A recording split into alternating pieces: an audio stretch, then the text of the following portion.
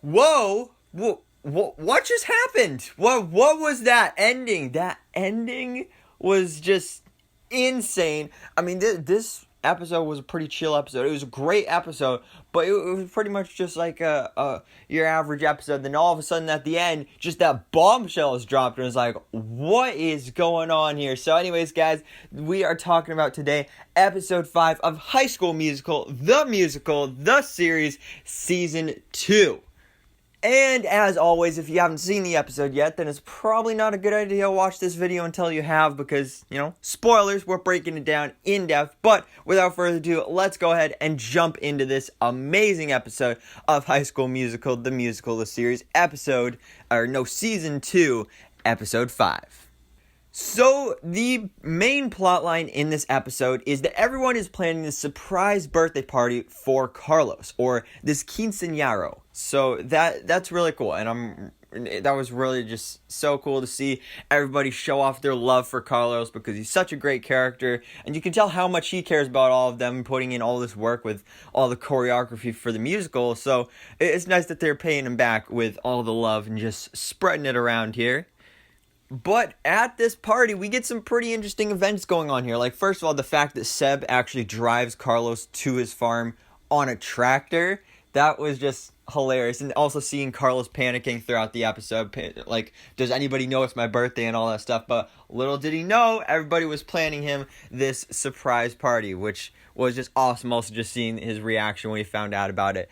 But the first event of this party was that Gina actually recreated a dance that Carlos did in 7th grade and posted on Instagram. So that was amazing. Great song, great choreography. All awesome. Love that. Love Sophia Wiley, so that was awesome. But then she actually gives him a crown and everything, so he got his birthday crown too, so that's cool. But then, all of a sudden, Seb disappears, and it's like, where did he go? Well, little did they know, it's time for the grand finale, because that is when Seb reappears on a piano on the back of a pickup truck, and he sings The Climb for Carlos, and that's such a good song. I remember in Glee, actually, Santana and Brittany actually sang that for each other when they first were starting to realize that they actually liked each other. So I think that's a great callback. And I mean, that's got to be a reference. I'm pretty sure it is. Also, side note, I remember that song played at my middle school graduation. So that's an emotional song for me. But obviously, Carlos is super happy. He's having a great time here, and a traditional part of a quinceañero is that Carlos has to pick a madrina, which is a godmother. So he, of course, chooses Miss Jen, and she gets super emotional, and it's great because, I mean, they really do have like a mother-son relationship that we've seen. So that was awesome there. But then we get some behind the scenes stuff here as well, like Miss Jen and Ricky's dad are getting a little flirty again, as always. And then you got Mr. Mazzara getting a little jealous, like, oh, wait, what? So I'm interested to see how that love triangle turns out. And speaking of flirting, of course, we got some more tension and conflict between Ricky and Gina. She actually kind of gets mad at him in this episode when he asks for advice with Nini. Is like, whoa, you were crossing the line there, Ricky. But obviously he doesn't realize that she still has feelings for him.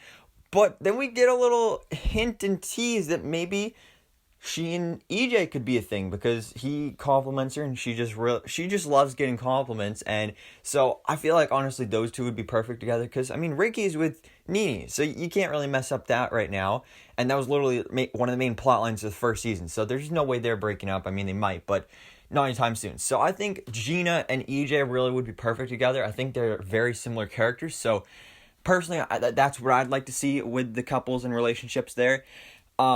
So there's that. But then a couple bombshells are dropped at the end of the episode, where North High announces that they are not doing The Little Mermaid anymore. No, they are now switching over to doing Beauty and the Beast, just like East High. And because Miss Jen actually mentioned that, they're using puppies as the wolves in the beginning, well, they announced that they're not only doing Beauty and the Beast, but they're using actual wolves. So that's definitely going to be hard to compete with, but Miss Jen did say that she has an idea for Nini to now join the musical as well, so I'm interested to see what that is. So I'm excited to see that. Definitely excited to see Nene get back in the game there, but definitely not great news that now they're doing Beauty and the Beast as well. But then we get some news that's even worse, which again is just that huge bombshell, because Gina gets a call from her mom and she says she's ready to come home. And oh no. No, I mean, that this is not good. But at the same time, I highly doubt she's actually going to leave. But then again, you never know. But we were teased with this last season, and then nothing ever happened. So hopefully she doesn't, because like they've really set up this character a lot in this season already. So there's no way she's gonna leave.